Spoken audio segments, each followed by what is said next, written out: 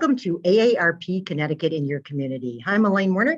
I'm your host for today's program. I am on staff with the AARP Connecticut nonprofit statewide office, where we do advocacy and community outreach. We come to you in your local community with AARP's purpose in mind, and that is to empower you to choose how you live as you age. And also with AARP's vision, a society in which everyone ages with dignity and purpose, and in which AARP helps people fulfill their goals and dreams. We hope to enlighten you today with information on how AARP began over 6 decades ago with the initial perseverance and leadership of one volunteer to become the nation's largest nonprofit, nonpartisan organization. Today, with a nationwide presence and nearly 38 million members, with over 500,000 right here in Connecticut, AARP strengthens communities and advocates for what matters most to families: health security, financial stability, and personal fulfillment. To honor the impactful legacy of AARP's founder, AARP Connecticut also offers an annual Andrus Award for community service, recognizing the impact of one volunteer like our founder, Dr. Ethel Percy Andrus. If you know an extraordinary volunteer that you'd like to nominate, you can seek us out at ct@aarp.org every year mid-May, and we will give you the particulars. The title of today's program is AARP, Where It All Began. We are going to weave the tenets of the founding of AARP and how they still impact our work today.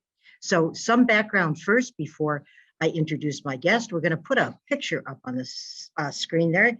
I'm sure you're wondering what that is. I will explain. In 1947, Dr. Ethel Percy Andrus was a retired high school principal from California, and she made a shocking discovery. On a visit to a former teacher, she actually found the woman living in a chicken coop. She was in poor health, and she was unable to afford medical care. Ethel got mad, then she got organized. And after helping that first teacher, she turned her efforts to helping others with a campaign to obtain affordable health insurance for retired teachers. Over 40 companies turned her down, but she persevered. That's like her middle name, and she eventually succeeded. And she soon discovered that it wasn't just retired teachers that needed help. Many other people needed help as well. And in 1958, Dr. Ethel Percy Andrus founded AARP. Now, keep in mind, that was almost a decade before Medicare. We're going to put up a portrait of Dr. Andrus as well. This was drawn of her in 1972, so you can get a look at her as well. And just like Ethel did in 1958, AARP remains committed to championing the needs of the 50-plus population and the future of every generation. So whatever age you are watching right now, we are advocating for your future as well. We do this by focusing on the things every generation shares: the need for health, the need for financial security, the need to care for home and family, the need for community, the need to give back to society, and the need to enjoy life. And now I'd like to introduce my guest, AARP Connecticut lead volunteer with a focus on advocacy, Vita White. Welcome back to AARP Connecticut in your community, Vita. Nice to see you. Thank you. Thanks for having me. Absolutely. And Vita, you have helped carry the torch of AARP's founder and her tenants. You're going to actually help us connect the dots today, might I say, from whence we began, where we have gone, and where we are going. But first, Vita, I'd like our viewer to know a little bit about your background. You are a native of Houston, where you graduated from the University of Houston. You began your career in financial services, serving in multiple job assignments, including diversity initiative metrics. You spent over 3 decades in the financial services industry, where you worked independently as a leadership development consultant with faith-based government and nonprofit organizations. And then after all that work of 30 plus years, you went on to an encore career as a University of Connecticut Encore Hartford Fellow. Now that's a program that we are proud of at AARP because many people that are 50 or older have joined that program. And that program supports former for-profit leaders to transition to the nonprofit sector. And you becoming a Hartford Fellow for Encore, Vita, that's where our paths crossed, thankfully. and we found each other, and you ended up as a volunteer at AARP, happily so. You are also a former president of the National Council of Negro Women, the Hartford section, and you were also the board president of Pillar, that is a community development corporation whose goals improve the lives of people in communities through education, health, and wellness. So Vita, thankfully you bring all your experiences, career and otherwise, to volunteering with AARP. And I love your personal philosophy. I quote you, "I have a moral obligation to share with others the knowledge, skills, and experiences that I have acquired in my career and in my life." You have certainly shared those relatable experiences with AARP Connecticut. So Vita, as mentioned, just like Ethel Andrus, our founder, did back in 1958, AARP remains committed to championing the needs of the 50+ population and the future of every generation. And we do this by focusing on the things every generation shares. So we are going to take those tenets from back in 1958, one by one, and we're going to give an example of how AARP still follows them today. But first, Vita, if we did the journey story, if you will, of our founder, if you could tell our audience your journey story, what led you to AARP? Okay, thank you, Elaine. You mentioned most of it in the intro, but I met AARP when I was at the beginning of my career, in the middle of my career, and finally when I was transitioning into a new career, and also known as retirement. So my journey with AARP started through the Uncle Harper program, as you mentioned, and AARP is a major supporter or sponsor of that particular program. And we were having an info session with AARP, understanding and learning what the work was in current day environment.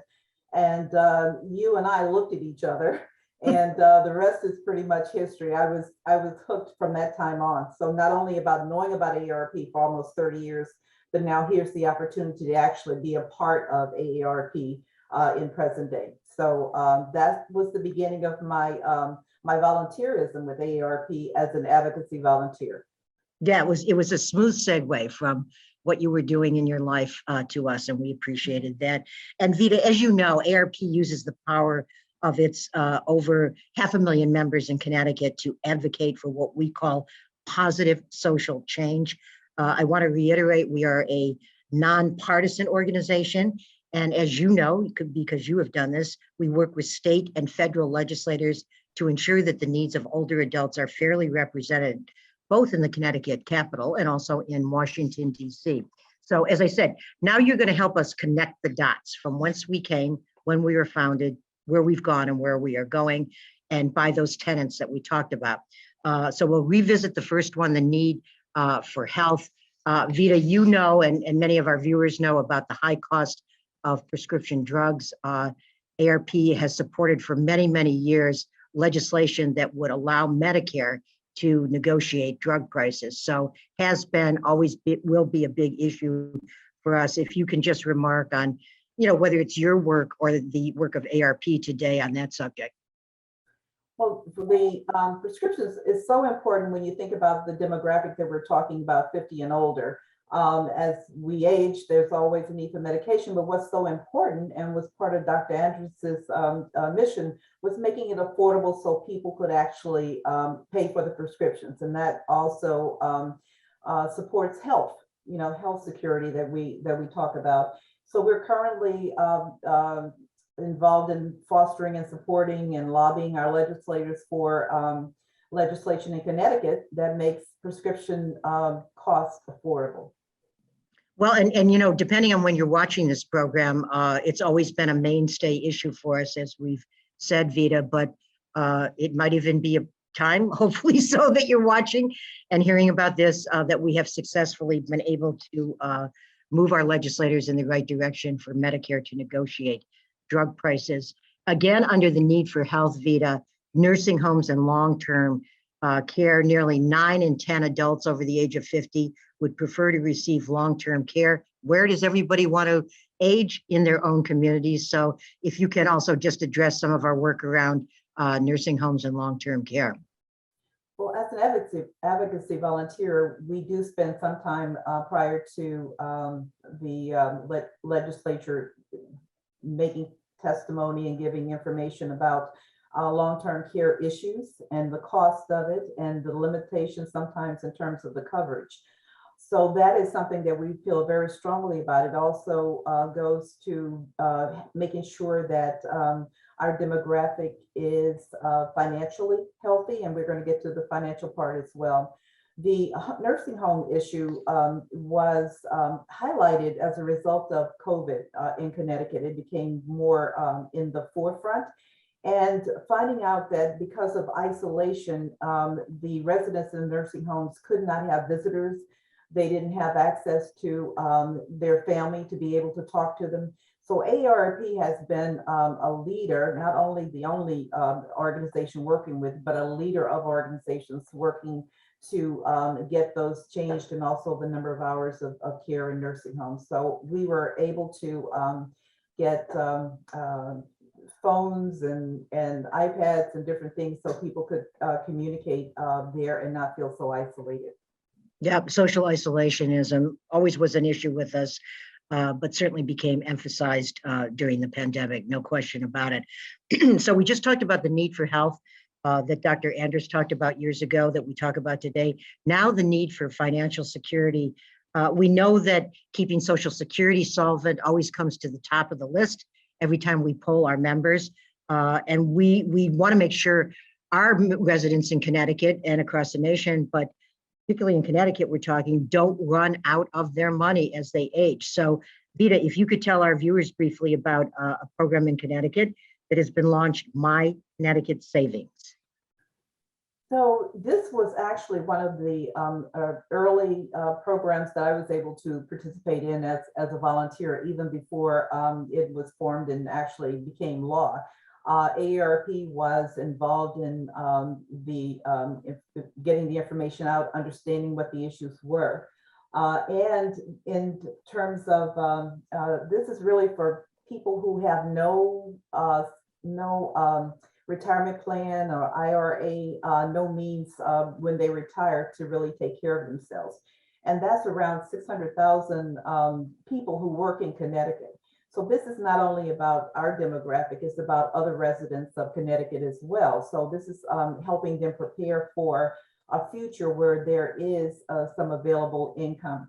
So my CT savings was finally passed. As I said, it was one of the first pieces of legislation that I worked on as an advocacy volunteer, and that was 7 years ago.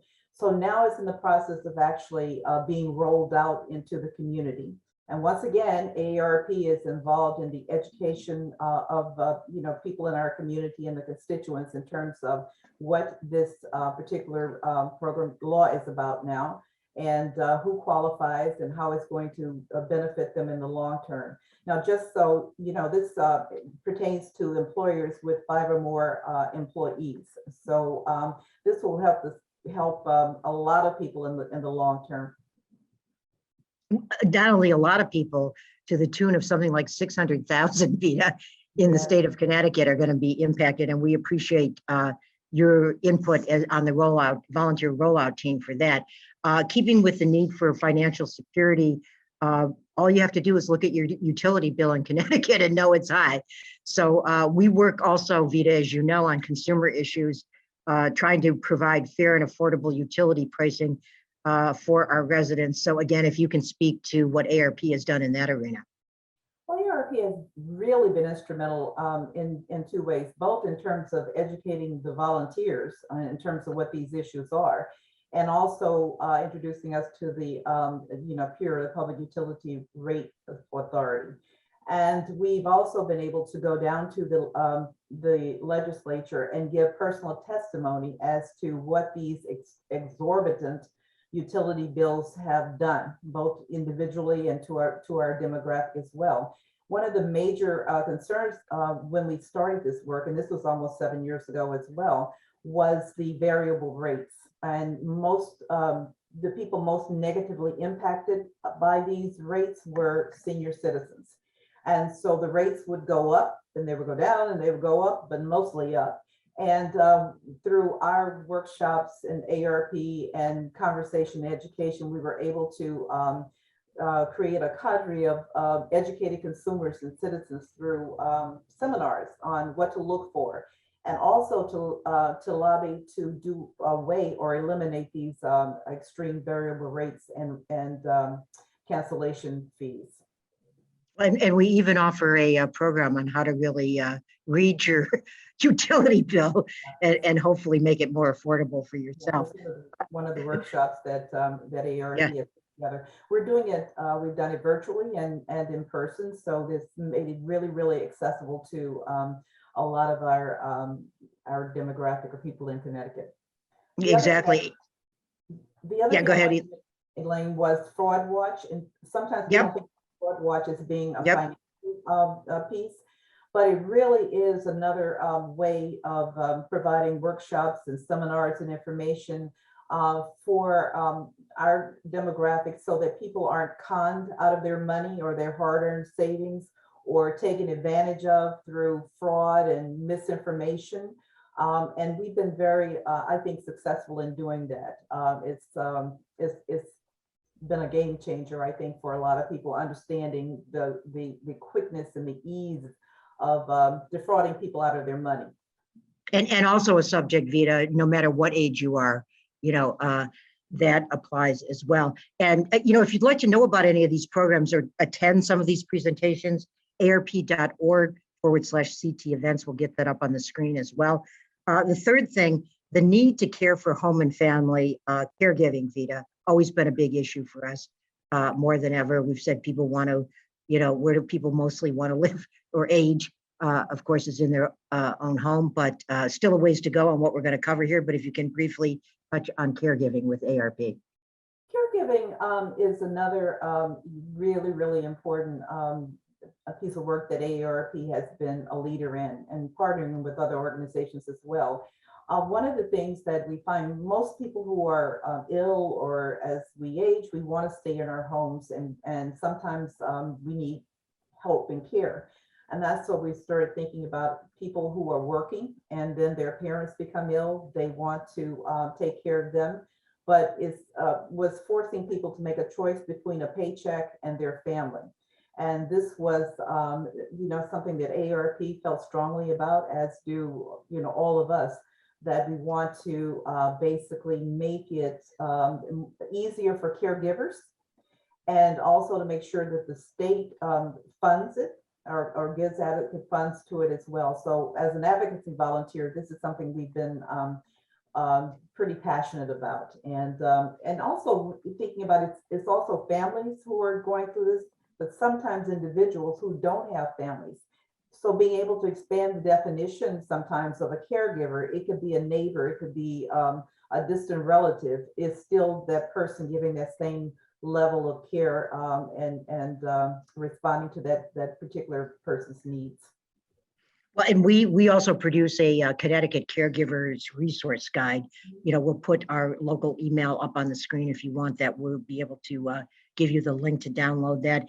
And Vita was referring to paid family medical leave that AARP worked on with other partner organizations, I think for something like 7 years. So it is now in effect. That's paid family medical leave. Google that. You can find more out about it, or contact us and we'll give you the correct links. Number 4, the need for community. I'm going to quickly touch on livable communities. We have a very robust program that focuses on allowing us to age safely and independently in our own communities.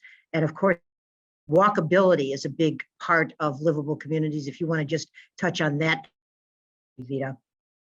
Well, a lot of the, one of the things we're trying to, as we age in place, is to make communities safe for our constituents or for everybody, and being able to walk to the places that we use, to the library, to restaurants, to stores, and be able to enjoy the community itself, but also to develop more community with the people in the community. So this is something we feel strongly about, and we've been definitely working on that in the past several years.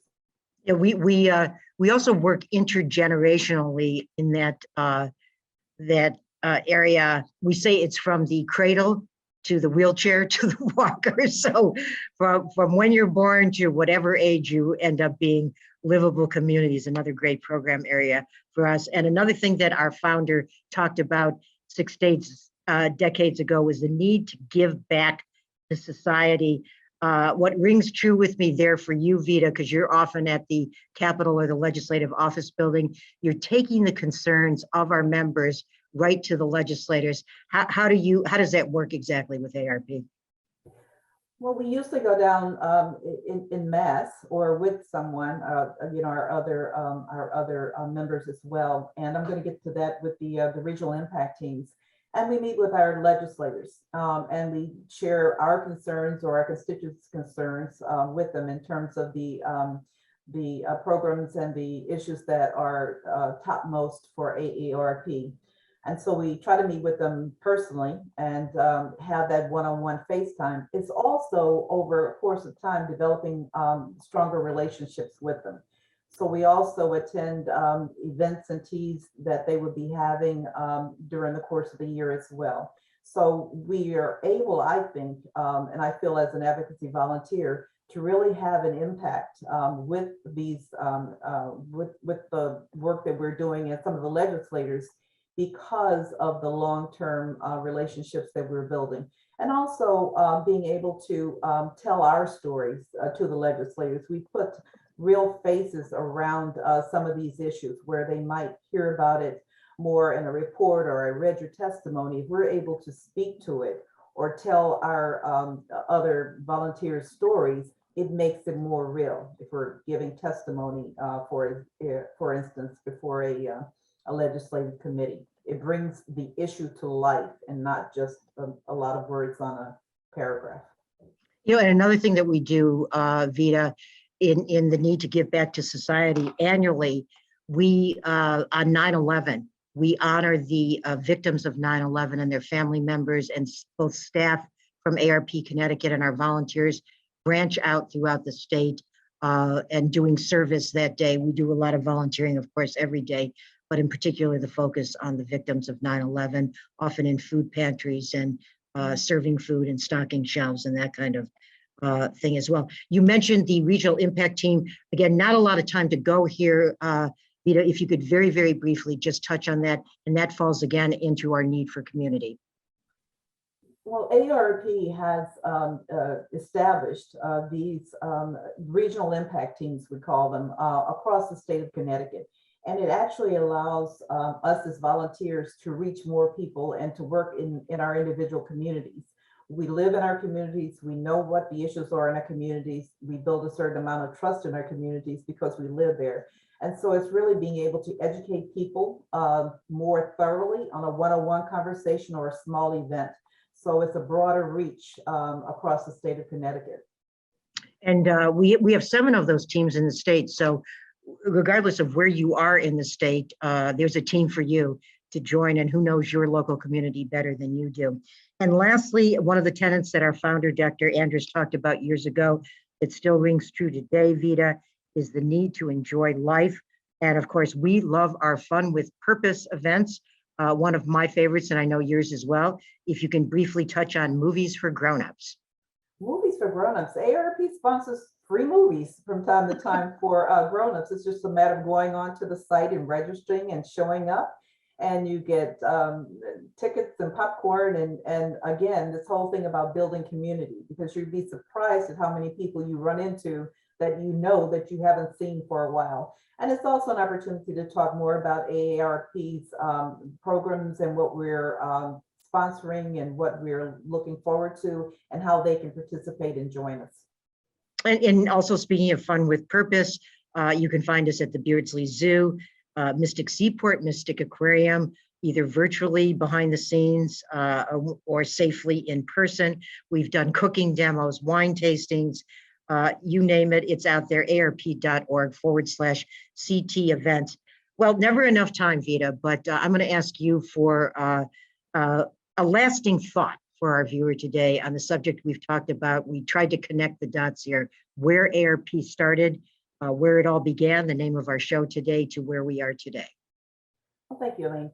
One of the things that comes to mind is that the issues might not be a chicken coop anymore, but the issues around health, around security, financial security, and around just living the best life that you can. These are issues that are still out there, and it's still important to people in our demographic and beyond. So I found, as an advocacy volunteer, this has allowed me to influence that, or to be a part of addressing those.